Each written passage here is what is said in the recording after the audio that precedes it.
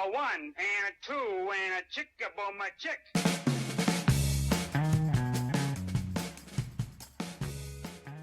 Hey there, remodelers.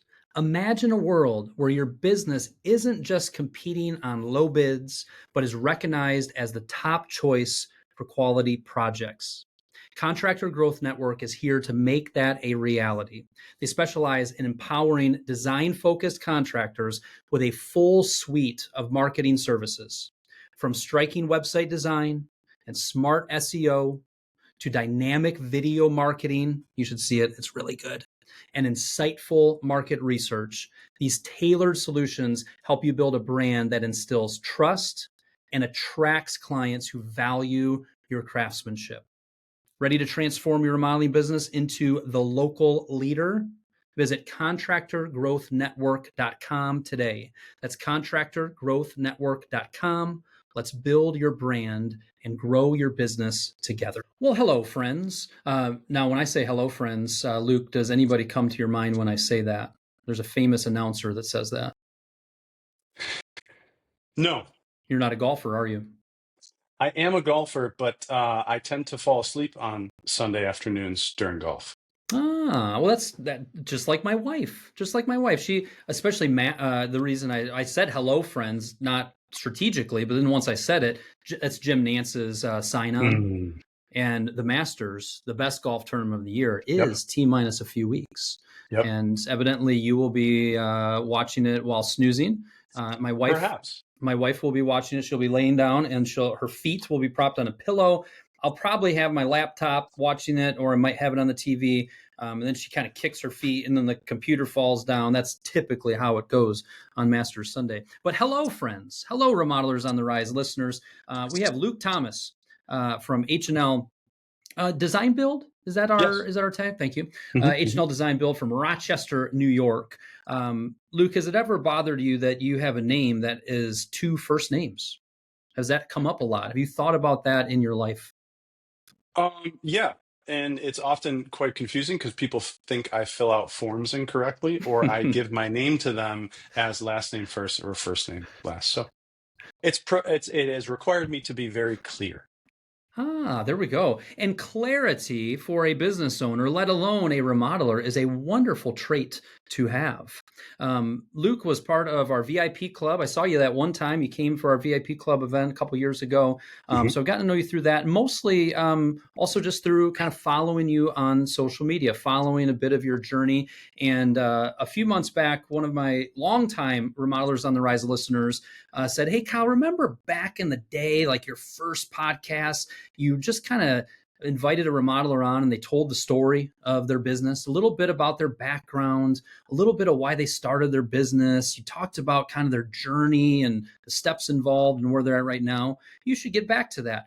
And I thought that was good advice. And I said, "Hey, Bailey, reach out to Luke. Let's kind of hear his story." And here you are. What were you doing before you started your remodeling business? What prompted you to kind of get started with your remodeling business? What year was it? And tell us kind of your backstory. Yeah, I'll try to give you a sermon in a couple of sentences here.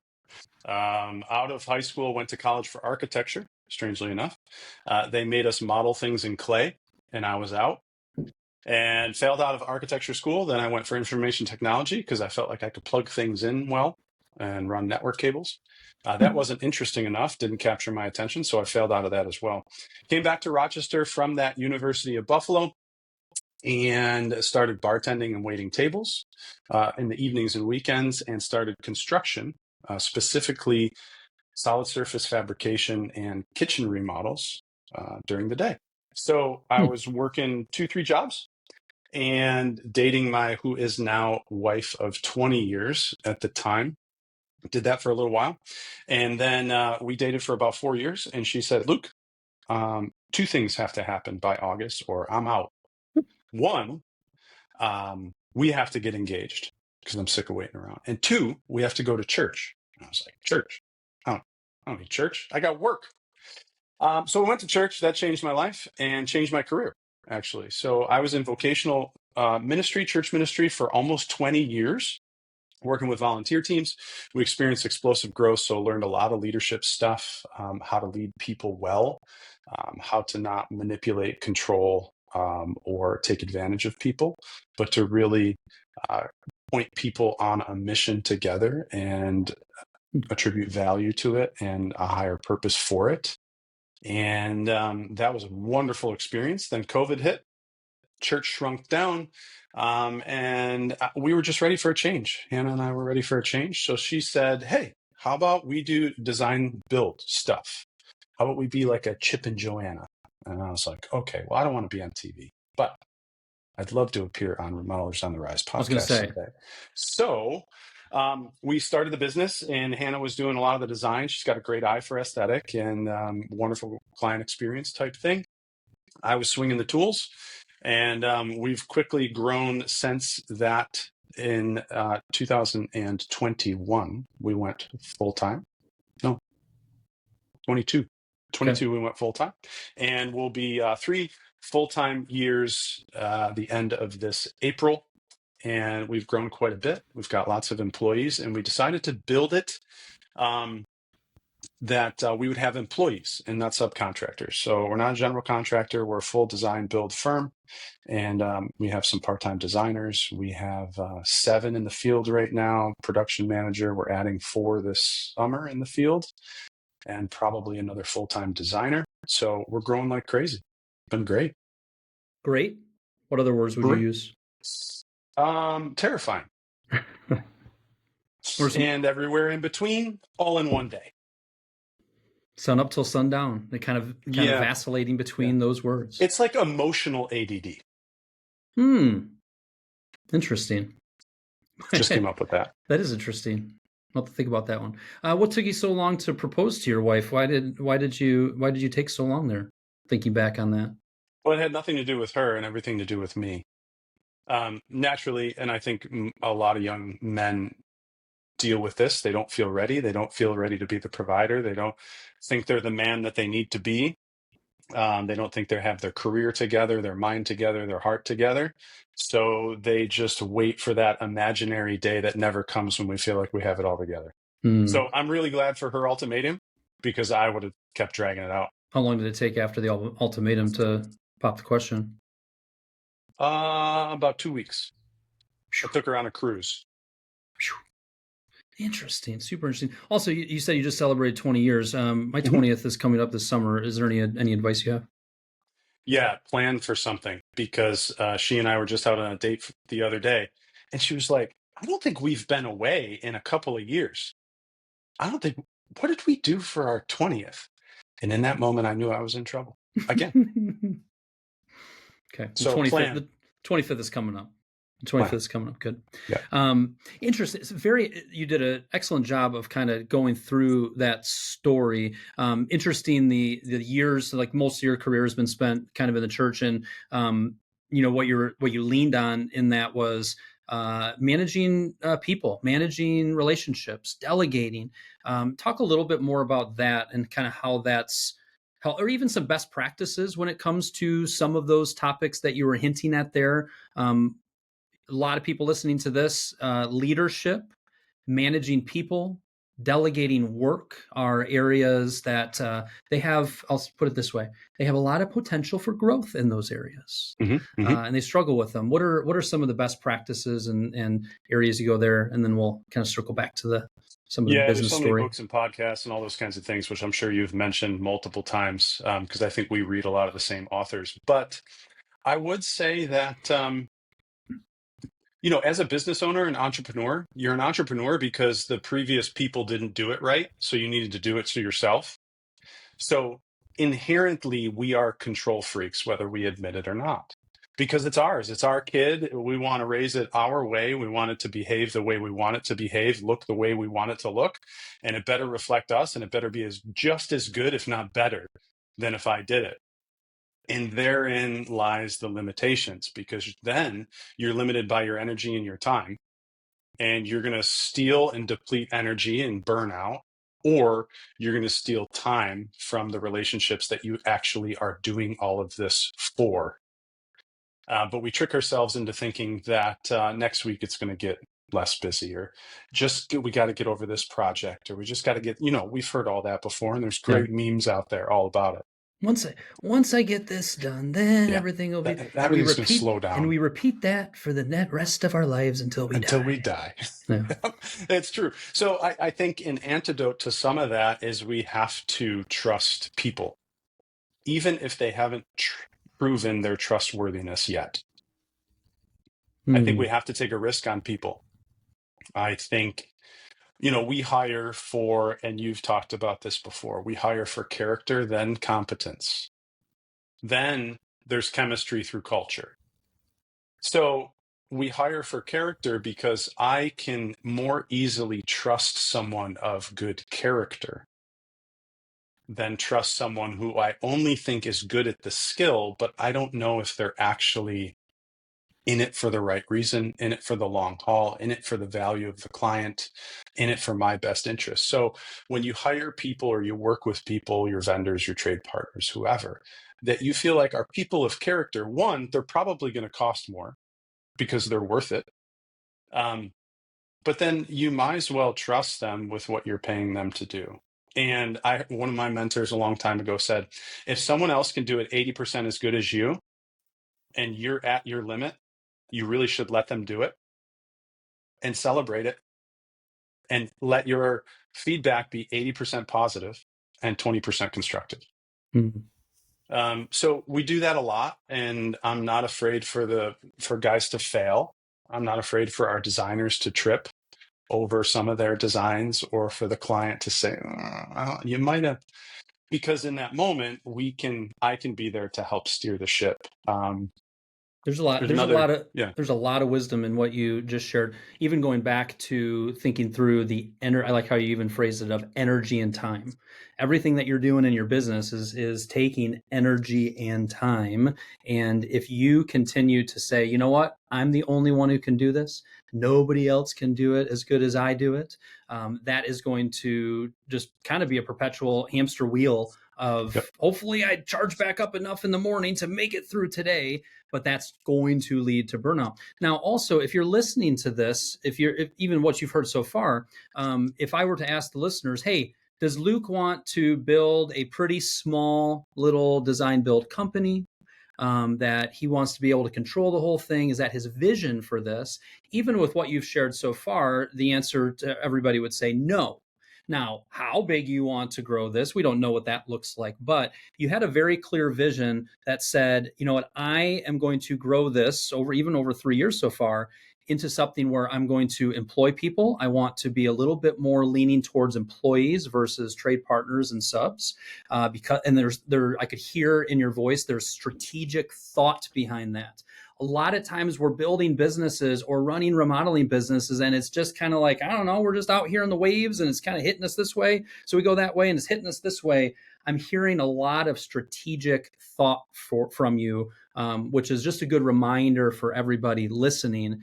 And also what you said, everybody would nod to the fact, I think most people would. Hey, do you guys agree that, wouldn't you rather have it done 80, 85% good enough versus 100% perfect that you do it? Most people would kind of go, yeah, no, I think so. But actually having the patience and the wherewithal and the leadership to allow that to happen is another growth area. And frankly, if you want everything to be perfect, cool. Run a $900,000 remodeling business. You're going to make a good profit. You're going to control everything. And that could be a nice little business. But if you want to grow this thing into 1.5, 2, 2.5, 3.5, you're going to have to trust people, like you said, and really empower people. Yeah. And I would say a caveat on that is, if you trust people to do it 85% as good as you would, they're going to do that. And then you give them a little bit more and a little bit more and a little bit more. And I would say at least half of the guys in the field right now, they do it better than I could. But it's only because I have forced myself to not micromanage them. And not only did they perform at 85%, but the next month it was 90%. And the next month it was 95%. And now they've surpassed my ability to the point where, Kyle, I tell them that I'm going to be on site on Fridays. And sometimes I can see in their face, like, oh God, what can we give Luke to do that he's not going to like meddle with and screw up? Because he hasn't been here all week. Mm-hmm. Like, we know he's okay sweeping and cleaning. Maybe we'll just make it a cleaning day.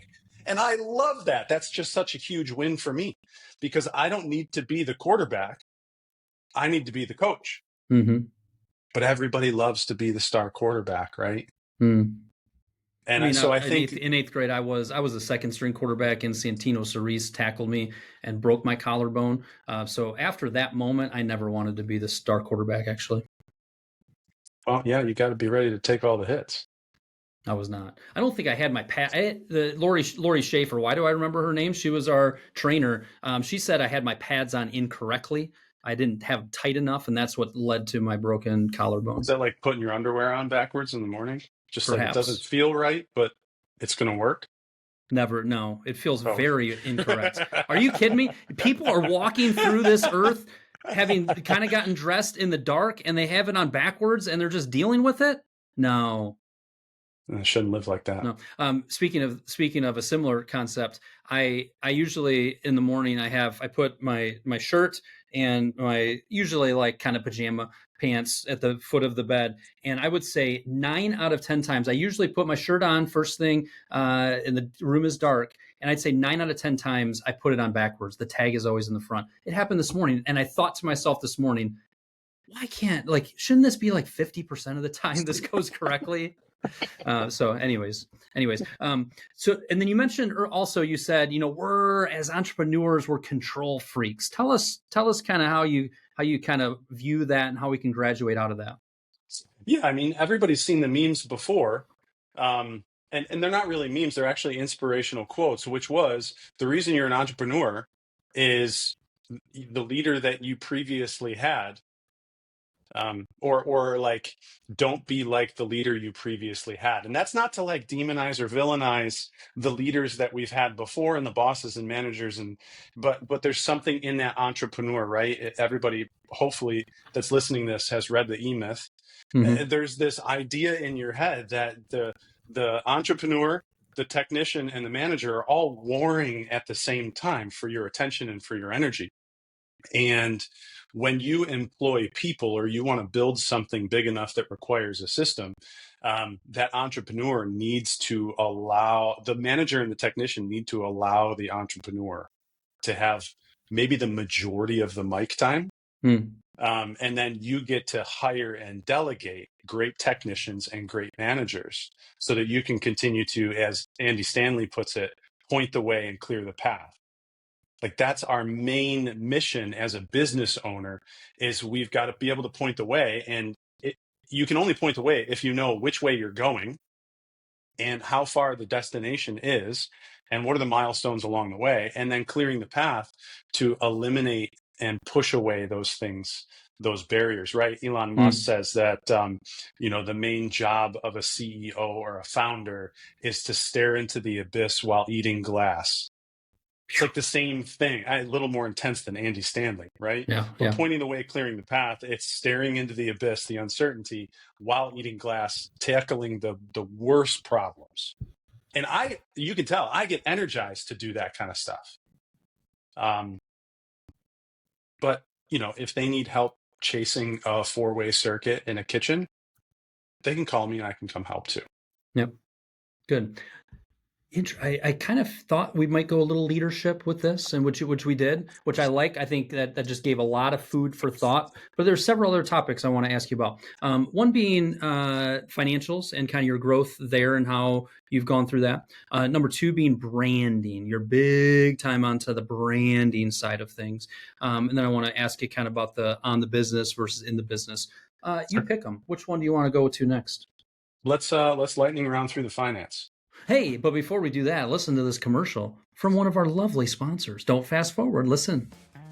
Are you a remodeler who's doing $2 million of annual revenue, maybe $3 million, maybe $1.7 million? You've got a lot of your foundation in place, but you need to continue to be motivated, encouraged. You need to continue to learn. You need to set clear goals and have some accountability. It is amazing to get around a group of non-compete remodelers through our Remodelers peer groups. 10 non-compete remodelers from around the country get together for your spring in-person retreat, your fall in-person retreat, sprinkle in some group Zoom calls, sprinkle in some one-on-one calls with your peer group coach. It is a recipe that really works for a lot of our remodeling clients. Go to remodelersontherise.com, click on our peer groups page, and learn all about it. All right, so we're back. Yeah. We're back. The guest, it was his choice. He said, let's kind of rapid fire through the financials. So when it comes to, you've been growing your business pretty quickly, and you would say when you started your business, as far as your leadership skills from 1 to 10, you'd probably go, I was kind of at a 7. Like, I've had a lot of experience that. And then if I would have said, hey, related to understanding your financials, 1 being pitiful, 10 being amazing, where would you have put yourself when you started up? Yeah, if leadership was a 7, finance was a -7. So my parents never taught me how to do a budget. I never had an allowance, nothing. I knew nothing. And then in my restaurant work, I was never a manager. In my construction work, I was never a manager. I never even collected payments. And then in ministry work, I was given a budget, but it was kind of recommended. As long as I was under it, that's fine. So I was never really taught finance. So for the first, I would say 2 years, even 2.5 years, we're starting to pull out of this. But my lack of skill in that area, 1, caused me to join your VIP club, which was incredibly valuable, and I still go back to a lot of that documentation. Good. And of course, follow your podcasts and all the socials and stuff. But especially the paid stuff was very valuable to you. It really was. I know. It was. Absolutely. Carry on. People could contact We already me. did a commercial. We can't have more commercials. 1 commercial per great. episode. Okay, great. So the finances, I've had to fast track my learning with finance. And we were bleeding money. It was great, and the business was booming, and we were growing, and growth costs money, and all that great stuff. But we were underpricing. We were not doing accurate job costing, so I couldn't learn to estimate better. There was tons of slippage in our labor. In particular, materials was okay, but our labor. But now we've got not only job costing at the front end where I understand what I should make, but we have accurate job costing almost daily that I can dip into, and I can see time materials against what we estimated. And then we can figure out on the fly, not at the end of the project, hey, we're a day over on drywall here, and that's okay, but where are we going to make up that time, or why are we? Is it change order worthy? Is it not? What are the efficiencies? Do we need to invest in tools or training for the next job? We need to stop the bleed on drywall finishing. You're making me tear up. As an example. You're making me tear up with that example. I'm so glad. Your investment in my life, Kyle, right there. I mean, that what you just described there, you were lucky. You were lucky to kind of get out the other side of that 2.5 years, right? If the growth was big, you're spending money, you're bringing people on, that's all good. But we were underpriced. Job costing, you couldn't tell me, hey, are you over hours, under hours? Like, you were flying by the seat of your pants. You knew that money was tight, probably for different phases and different areas there. But it's super stressful for any remodeler listening to this. It's super stressful when you're working really, really hard, and a lot of things are going well. But when you don't have clarity on how the financials work, that can lead to a lot of stress, a lot of anxiety. And you're looking at somebody who went from a -7 up to a +7 or an 8 or whatever you'd give yourself there. And it's a lot of practical training. It's a lot of understanding your P&L, understanding expected versus actual costs, tracking that and realizing, okay, I need to fight for the time to lean into understanding this. And I'm talking to somebody that's much more confident now. Yeah, I would say in summary for the finance, then we can move on, is early on, I was feelings over facts. And now I'm facts over feelings. Love it. And it's a much better way to live. Love it. Next up, branding. The logos, the website, looking, everything just looking real sharp. hldesign.build. If you go to the website, hldesign.build, I can just tell in the content that you're putting out, in the video work, and in the clips on Instagram and Facebook, you put a lot of effort and focus on the branding and the look and the feel and everything that's going into that side of marketing. Share some tips and share some experiences related to that. Sure. Everything that all the practical things that I might mention are undergirded by this. And Sarah, our marketing director, says this. She says, our brand is our promise. So it's not just marketing, it's not just advertising. Like what we put out there, that's our promise. We are who we say we are, and we are who we look to be. So I have a high level of excellence.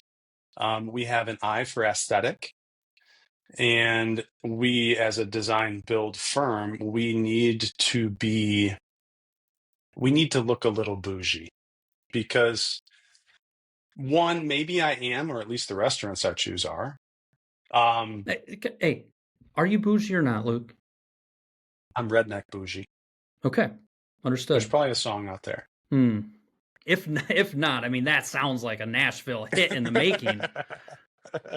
But our brand is our promise, so we want to be extremely consistent with our branding, and we're getting better at representing who we are across all the different avenues. We're doing a bunch of SEO work right now because if you search for remodeling in Rochester, New York, we're not on page one. And I think that's a problem because although we have high engagement with our followers and we get lots of shares and things like that, and everything looks great, we're not reaching as much and as fast as to people who don't follow us yet. So SEO is important.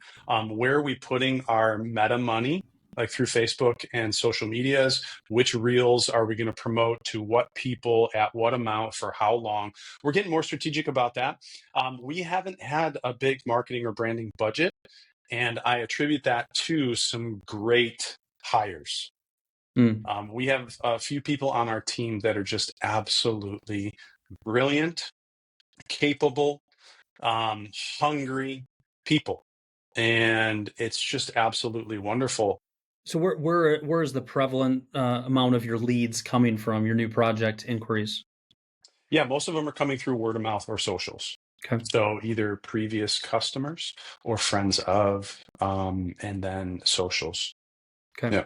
When you mentioned kind of the branding, our brand is our promise, and you mentioned like we want it to represent who we are, and can't wait till you do some kind of redneck bougie piece of content. It'll be great.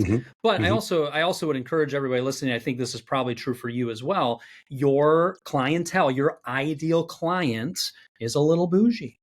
And what other word, they're a little higher end. They have a great taste. They like things to be refined. And so that matching that up, like who we are, but especially I think you're doing this whether by luck or probably strategically. It's also matching up really nice with who your ideal client is. Good marketing and good branding attracts the ideal client, and it repels the non-ideal client. And I think you're doing that really nicely with the content. Your whole brand just has a good feel to it, has a certain specific feel to it. Yeah, and we also with our branding, it's really important to highlight the people, our employees, and how wonderful they are, and the culture of the team. That you will hear laughter and you won't hear F-bombs. And it will be extremely clear. And rule number 2 at H&L is you don't go number 2 in a client's house. So there's like some cute, fun values that we have that also attract that type of client that's willing to pay more to have high character individuals in their home with their kids, with their pets, at a very invasive and intimate experience like a remodel. So we try to showcase not just the quality of our work or our design aesthetic, or even the capability of the team, but we want to show the character and the culture of the team as well. Because people are willing to pay more for that. What's one of your other core values or aspects? We haven't actually published our core values yet. What's rule number 1? Rule number 1, don't die. Okay. What's rule number 3? Rule number 3, don't have one yet. Because if you accomplish rule number 1 and you accomplish rule number 2 and you finish on time with high quality, we're in good shape. No other rules are needed. Happy clients, Hopefully, people will want to remark about us, and that will lead to referrals, etc. Okay, good, Yep. good. Yep. If you were to think of something else that you feel like is been successful for you, and also maybe like what is your biggest challenge that you're experiencing right now? What would be your answer to both of those? Yeah, I think a piece of our success is having a project management software. Because one of the things that either I read or I miraculously came up with many years ago is, and if I had a whiteboard, I would draw it for you, Mm-hmm. but it's desired outcome You can equals write on the people. exposed brick.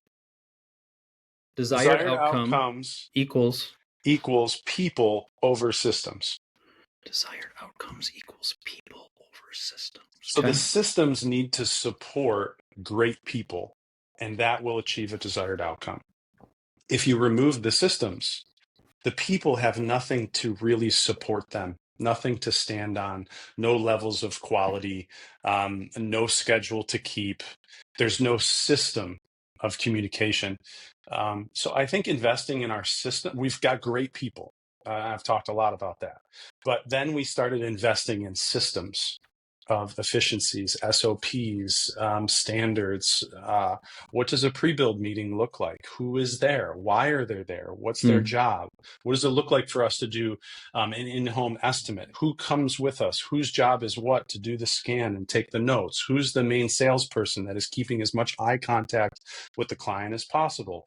Who's thinking, like all of those kinds of systems, SOPs, documents, all that kind of stuff And are training. things that are becoming very robust training. Another thing that we've done is 2 times a year, we do an all team breakfast where it's pretty much the first half of the day. It's every single team member. It's celebrating everything that has preceded it. It's affirming every single one of them around the table, where we see growth, what we appreciate about them. And then we talk about some of the projects that are upcoming and some of the systems that we're building that we're going to be training on. So that's an expensive meeting. That's a very expensive meeting because not only the cost in payroll and the breakfast and all that, but the opportunity cost of not being on a job site. So I factor that into my labor burden, Oh. right? Yeah, I'm gonna make you cry again. Yes, we do. So it's the systems. I think it's the people first, right? It's the right people on the bus, Yep. finding the right seat, and then it's making sure the bus isn't going to break down. Yep. Yeah. The investment, even like the cost of that, we have to realize that every hour, every hour that we are sitting down with our team and we're doing a proper meeting, whether it's this more of a big picture strategy and where we're going and vision casting and all of that is incredibly powerful. Whether it's just a really nice 45-minute production meeting where we're really planning things out, if we're doing it correctly and we're prepped for it, that is going to have a 5x, 10x kind of return on investment for that time. So, but it's not surprising that you are prioritizing that. And that is part of the thing that's gelling the team together.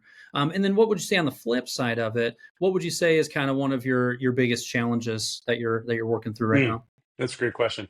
Because we market to and our ideal client picture is more of that kind of bougie luxury, really likes nice things, wants to have a good experience.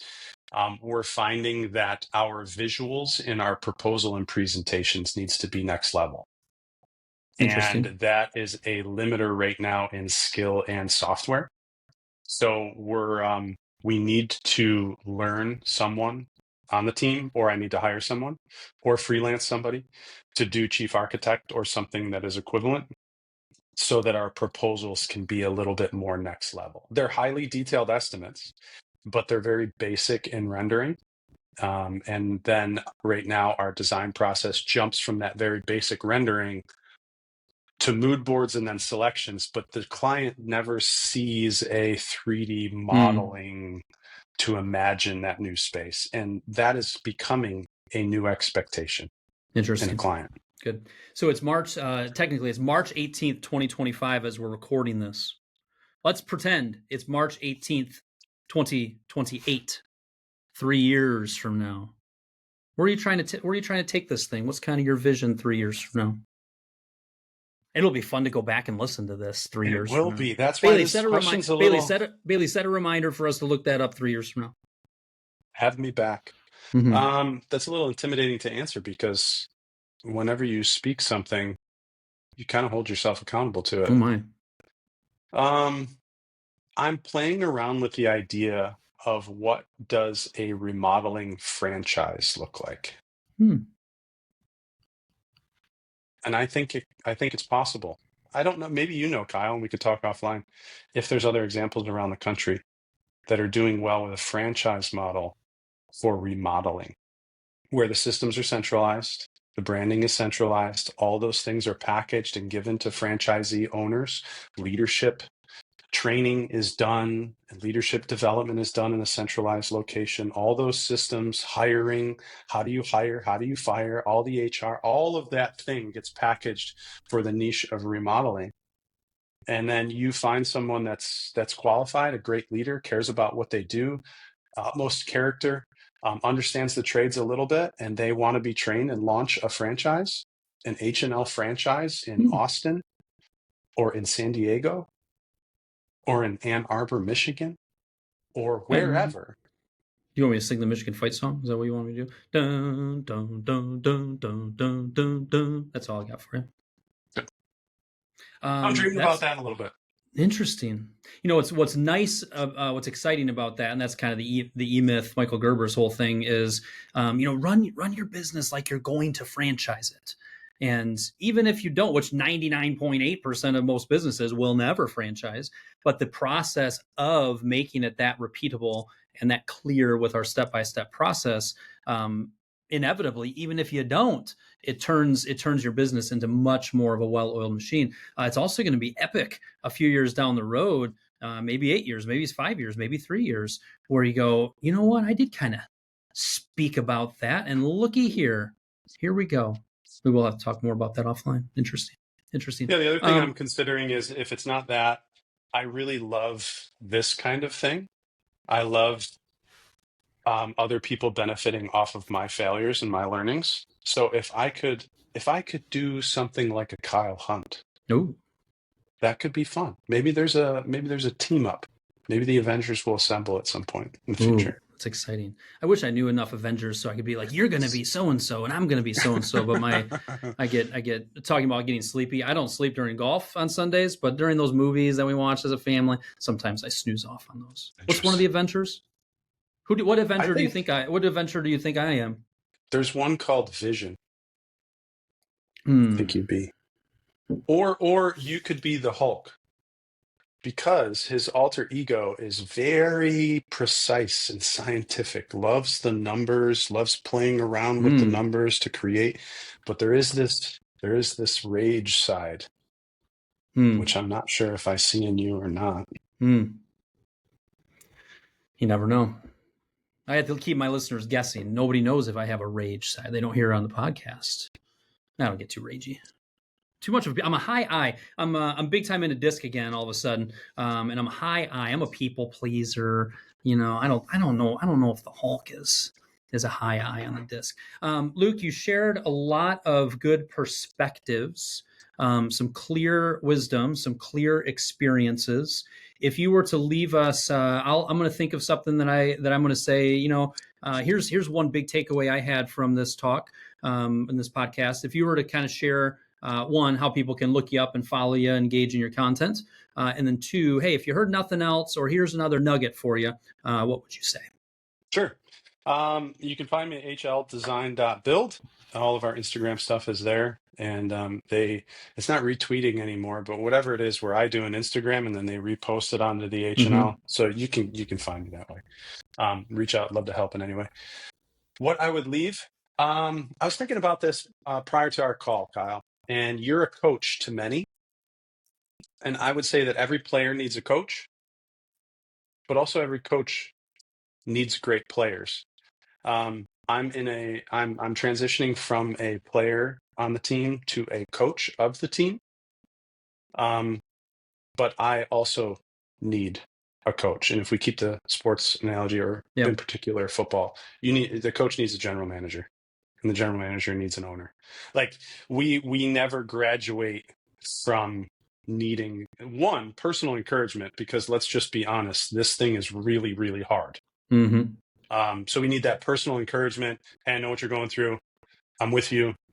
It's that maybe you've seen that video that was going around a little while ago, Simon Sinek. And he said one of the best conversations that you can have with a friend is the friend tells you some crazy, audacious dream idea, and you tell that friend, you say, that is going to be incredible. You're going to crush it. You are going to get it. It's going to be amazing. I can't wait to see you fly. But if it crashes and burns, I'll be right here. Mm-hmm. So you need somebody in your life that's like that. And it is your spouse, but it can't only be your spouse. That's too much pressure to put on your spouse. And then two, you need a coach that can help you level up. So new levels, new devils. That's what TD Jakes says. Ooh. The bishop. New levels, The bishop. new devils. Interesting. So if you're going to level up, you got to get a coach. I like that. What I would say, one takeaway I have is one thing that you don't realize that you're good at. And another thing that I kind of noticed is you're quoting a lot. You've quoted probably 6 or 7 people. And the only way that you quote 6 or 7 people is either you just scroll, maybe you're just scrolling Instagram and Facebook all day. But the way that you said it, it made me hear like, okay, you're a student, you're learning, you're reading. It's a reminder to all of us that if we're whether it's audiobooks, whether it's physical books, whatever the case is, as leaders, we need to be filling our minds and our brains and our hearts with good content. It makes a difference. I can just see that. So keep that up, and also an encouragement to the rest of us to do that. The other thing that this may be honed from your years, preaching or in the church or teaching, but something that I noticed is you're a really clear communicator. You use the power of pauses. There were several times where you paused. And I think it might be a honed skill that you have. It might be a natural skill that you have. But for all of us, so kudos to you for communicating clearly. And for all of us, that is a skill that we can continue to develop. Practice the pace at which you're talking. Practice the power of the pause. Make sure that you slow things down a bit. And I think especially a lot of us entrepreneurs, we talk really fast and we're going, and an employee of ours asks a question and we have the answer. So we give the question. No. Answer their question with a question.